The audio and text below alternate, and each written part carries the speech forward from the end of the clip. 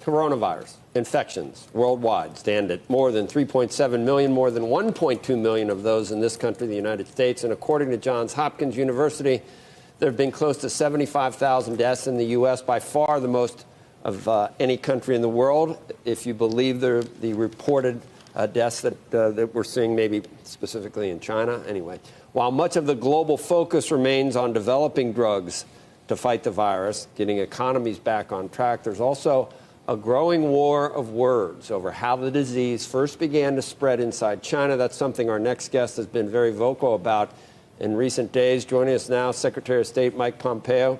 Secretary, it's great to have you on, especially today, and we're going to get very quickly to some of your recent comments, but the lead story in the Journal, Ms. Secretary, the virus is widening the rift between the U.S. And China. And just for argument's sake, I just want to go back to something you said recently. Today, we're finally realizing the degree to which the Chinese Communist Party is truly hostile to the United States and our values.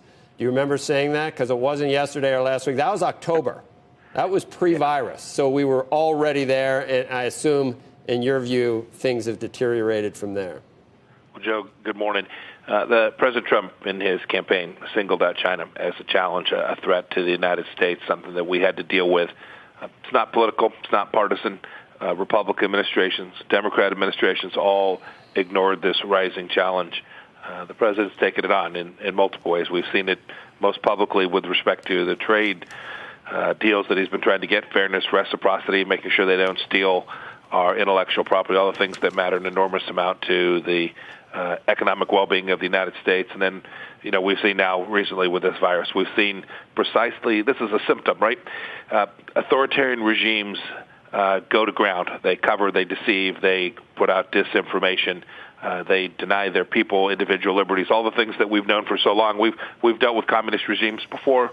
We're seeing it now again, and President Trump is working diligently to make sure we secure freedom for the American people and do the things we need to do with respect to China to make sure that this next century is one where America can continue to thrive.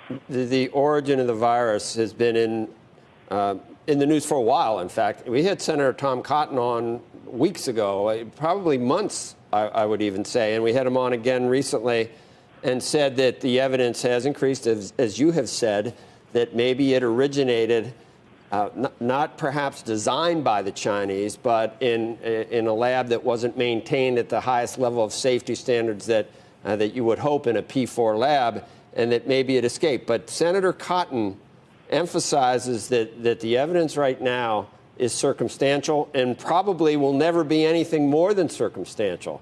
So I'm just wondering whether you have something that's not circumstantial or whether it's helpful when all China's going to do is say that that's disinformation from you, and then we say, well, when you say the U.S. military introduced it, that's disinformation from the Communist Party, and we're almost left with a he said, or however you want to phrase it. Is it productive if you don't have direct evidence to say that there is, a lot of it? Joe, look, you know this. One man's direct is another man's circumstantial. Here's what we know for sure. We know for sure that this virus originated in Wuhan, China, and that the disease emanated around the world. The Chinese Communist Party covered this up. We have been working diligently and are working diligently today to get the Chinese Communist Party to help us identify patient zero, where this began, how this came to be. And this isn't about politics. This isn't about partisanship. This is about protecting Americans tomorrow. This is an ongoing crisis. The world's epidemiologists still don't know the origins of this virus. The reason that we continue to ask for transparency and for a reliable partner in China is because it matters going forward. Joe, not only do we have this current pandemic that's taking place that we still have to figure out how to get therapeutics and get vaccines to market, all the things that we need, this information that only the Chinese Communist Party has in its possession. They're the only ones that can help the world resolve this today and for our American security. But we got to make sure this doesn't happen again. You made a reference to the absence of high-quality standards inside of these labs. The Chinese Communist Party runs a bunch of labs inside of China. This is not the first time there's been a risk that the SARS virus, when it broke out, there were leaks from their labs.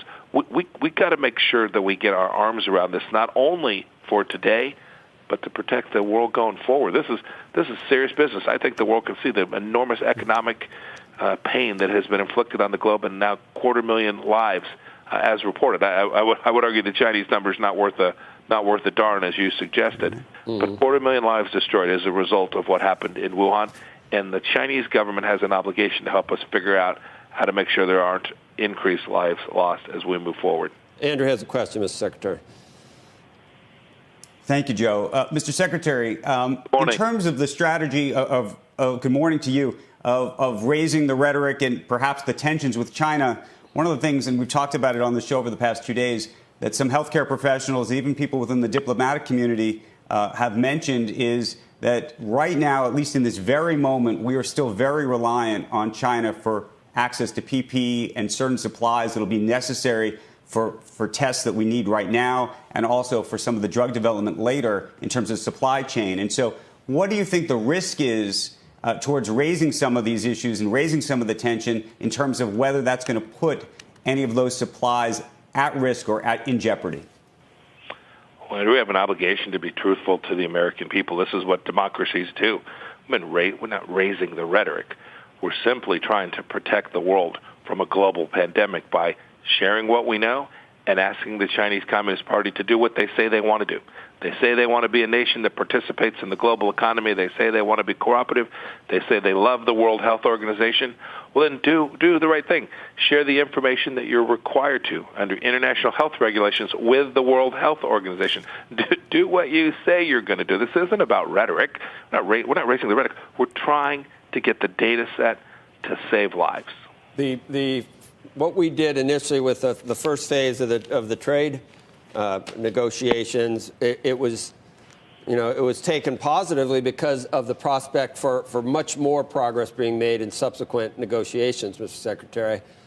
Would you say that we still should be optimistic that anything can happen between these two countries with the way the rift is widening at this point based on the pandemic?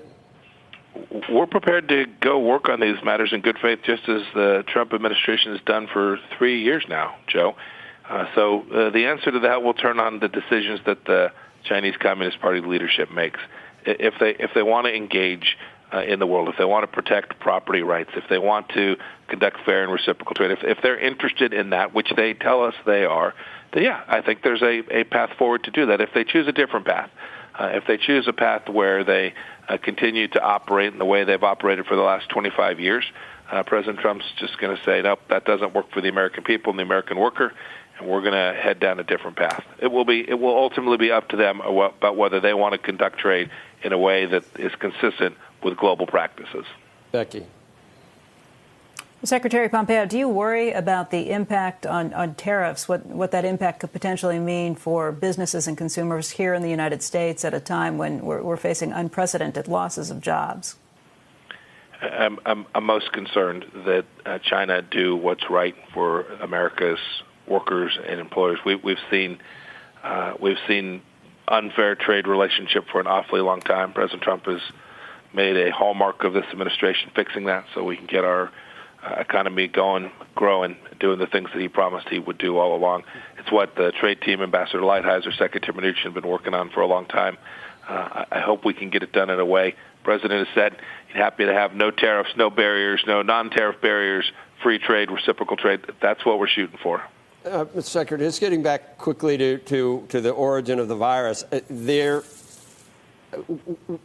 I was under the impression, and Dr. Fauci has made some comments, that it has been determined that maybe it escaped from a lab, perhaps, but that the notion that it was designed or weaponized or created by the Chinese has been taken off the table. But some recent comments you had are that even that, you're not completely convinced that this wasn't actually made in a lab by the Chinese. What can you add to that? I've seen some suggest that that's what I said. They were aiming to confuse and try and create friction inside the United States government. The fact is that the intelligence community has conducted its analysis with the information that it has available. It has said that this was not a man-made virus. I see no reason to dispute that. The question that the Chinese Communist Party has to help the world answer is, how did this come to be? Where did it come from? How did it get in the wild? Where's patient zero?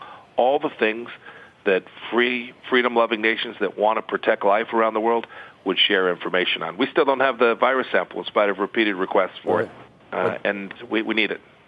The action of the Chinese when this happened, in terms of certain doctors not being able to speak out, and it doesn't necessarily mean that it wasn't from the wet markets, I guess, but some of the actions, it would certainly raise questions for how transparent everything was. I think we got to go. Andrew, do you have a quick one for Mr. Secretary? Or? I have a very quick one, Mr. Secretary, which is this. Yes, sir.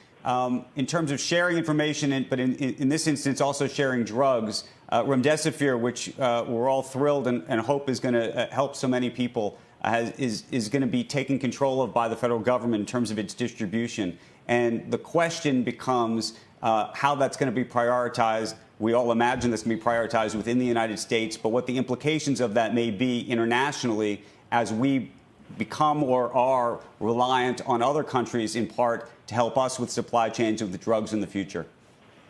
Yeah, and look, I hope when we get to each of these opportunities, whether it's for therapeutics, things like remdesivir, all the opportunities that I'm confident we will generate, we're going to work hard to make sure that we get this every place that is needed, whether that's here in the United States or elsewhere. As the President said, we don't care who figures out how to solve this problem from an epidemiological standpoint. We want the whole world to resolve this crisis, this health crisis. Okay, we second that, echo that sentiment, Mr. Secretary. Thanks once again. Thanks, Joe, Andrew. Thank you all. Okay, thanks.